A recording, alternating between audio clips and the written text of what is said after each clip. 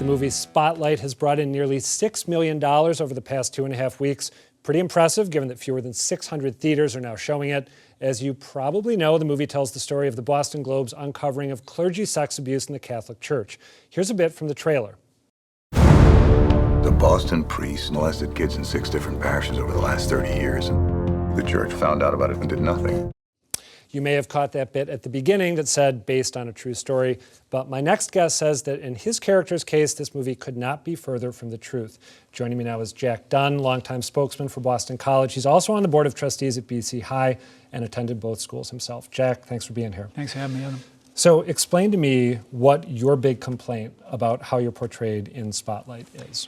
In a powerful movie that does a great service to showcase what investigative journalism can do in uncovering the truth, the entire scene is a fictionalized account with contrived drama, people who weren't in the room, a bad timeline, and most offensively to me, they assign language to me, dialogue to me, that I not only never said, but is the exact opposite of what I did on behalf of the high school.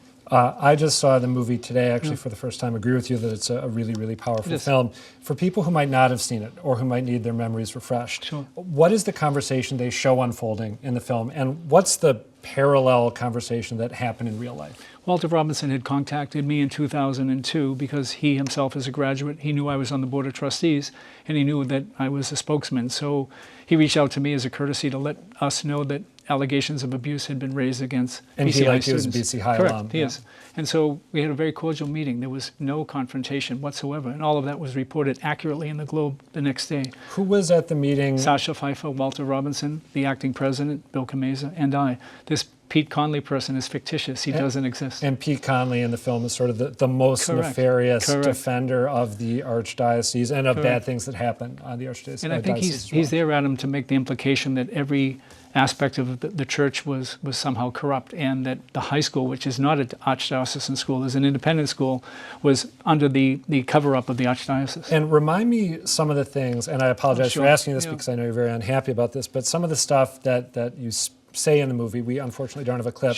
You say it was, I think, a few kids over the course of 7 or 8 years. The character who portrays me says... Yeah, I shouldn't say you, I apologize. No, thank you. The character who portrays me says, Robbie, we're only talking about 7 victims over what, 8 years? This is no big story. Come on, you went to BC High, I went to BC High. It's utterly fabricated. You might even use the word ridiculous. Yeah, I think. Yeah. Or this is ridiculous. My character, this is ridiculous. This is no story. Think of that. And the hardest thing for me is not only is it the exact opposite thing of what I did and said on behalf of the victims, but the Globe lauded us for what we had done. And so for the screenwriters to not look at the Globe stories and invent a dialogue for the sake of dramatic effect is offensive. And it's hardest for me, Adam, because the students in question, as I learned later, were my classmates and friends. And I've spent my life trying to do whatever I can to help them. And when they needed me, Bill Kameza and I, the president of BC High, stood up and did the right thing by the victims. I formulated a plan to be totally transparent,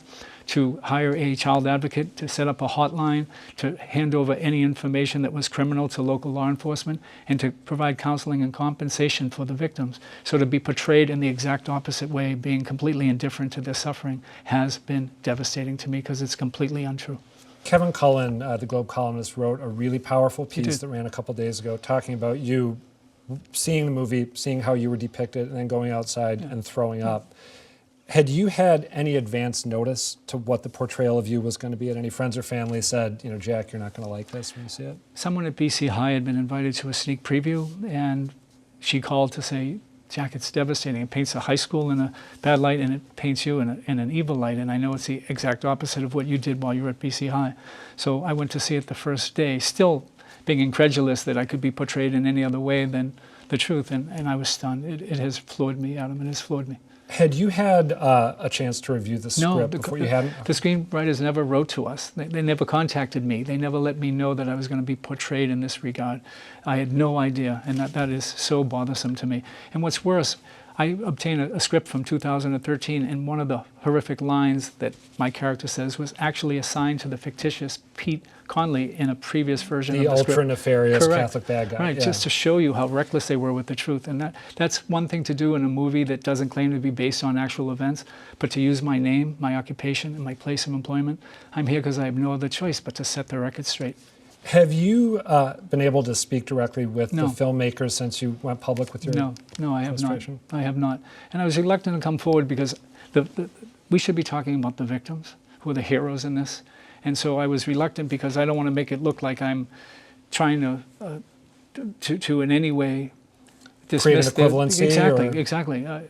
What happened to me was horrific and reckless, but in no way can be equated to the suffering of people who went through the ultimate betrayal of human trust. And so I was concerned, and then finally I realized I have to do this. I have to come forth and protect my own reputation. Is one reason that you did it the fact that they mentioned, they highlight your Correct. current employer in the They film? do. Because there's this meeting, I Correct. was waiting, Right. since I saw it after reading Kevin's piece, waiting for the scene with you, and I figured out the guy that they were addressing as Jack was supposed to be you, but then coming out, Correct. the Walter Robinson character explains to the Sasha Pfeiffer character, that's Jack Dunn, he does PR for Boston College. Right. If that little addendum hadn't been there, do you think you'd be having this conversation with I me would have today? been offended at the implication that that scene as presented was a reflection of what happened in the interview. It's the exact opposite of what happened in the interview.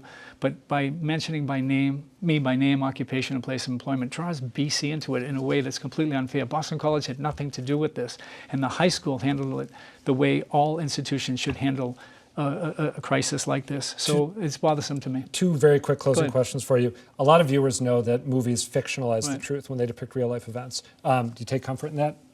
I don't know, because it says based on a true story, and it reads like a true story. I think people believe everything in it, and they need to know that there are fictionalized scenes and dialogue that is completely contrived. And what do you want to happen now? I want them to remove the scene, to apologize, and to say that it was contrived dialogue. That is my hope that they'll do that. All right, Jack Dunn, thank you. Adam, thank you for having me.